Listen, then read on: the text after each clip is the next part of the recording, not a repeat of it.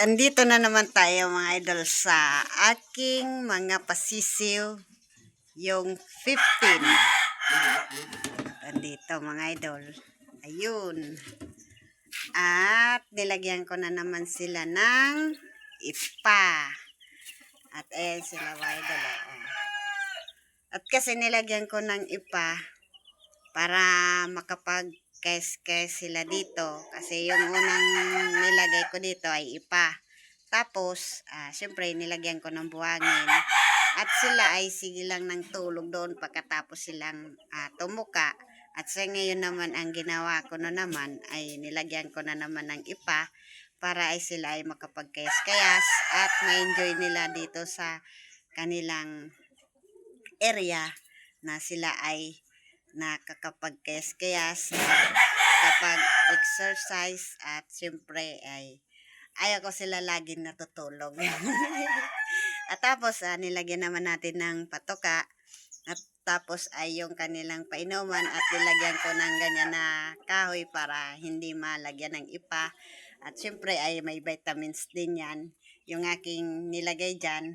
At sa ngayon ay ayan ay meron na silang improvement at ayan na meron na silang pakpak at nagkaroon na sila ng ng pakpak mga idol at nagko-complete na sila ng balahibo. Siyempre, sa ganito ay paglaki nila yan, at siyempre magpapalit yan ng balahibo hanggang sa paglaki nila. At sa ngayon mga idol ay wala naman ako napansin dito na may something at maliliksi naman sila mga idol. At ayan ay katatapos lang nilang siyempre mag-ano ng patoka at karating ko lang kasi ay bumili tayo ng kanilang patoka at syempre hindi natin pwedeng hindi bigyan kasi tawag nito para mabilis silang lumaki at ayan ay yung painuman nila ay may vitamins at ganun lang mga idol yung aking ginagawa at sa ngayon ay wala na pa naman ditong amoy ang itong kanilang area kasi sila pa naman dito ang ang nandito. First time nila dito nakakulong. Simula nung ginawa ko to, itong breedingan na to, itong kulungan na to. At siyempre maganda yung sa ating sisiw na walang makapasok na hangin at komportable sila. At sa ngayon ay tignan natin dito sa aking paligid at yung aking mga broodcock at syempre mainit. At ayan o. At mainit mga idol, ayan o. At syempre pag malaki na yan mga idol yung aking mga pasisiw. At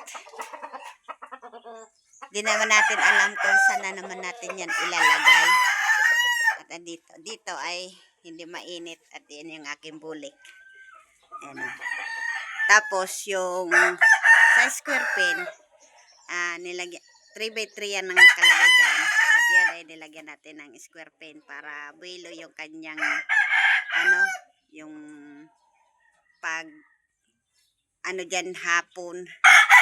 At yan ay nilagyan ko na ng square pin. At yan ay tumutubo na yung kanyang buntot kasi nung una at naglulugon-lugon yan. At yan yung aking inahin.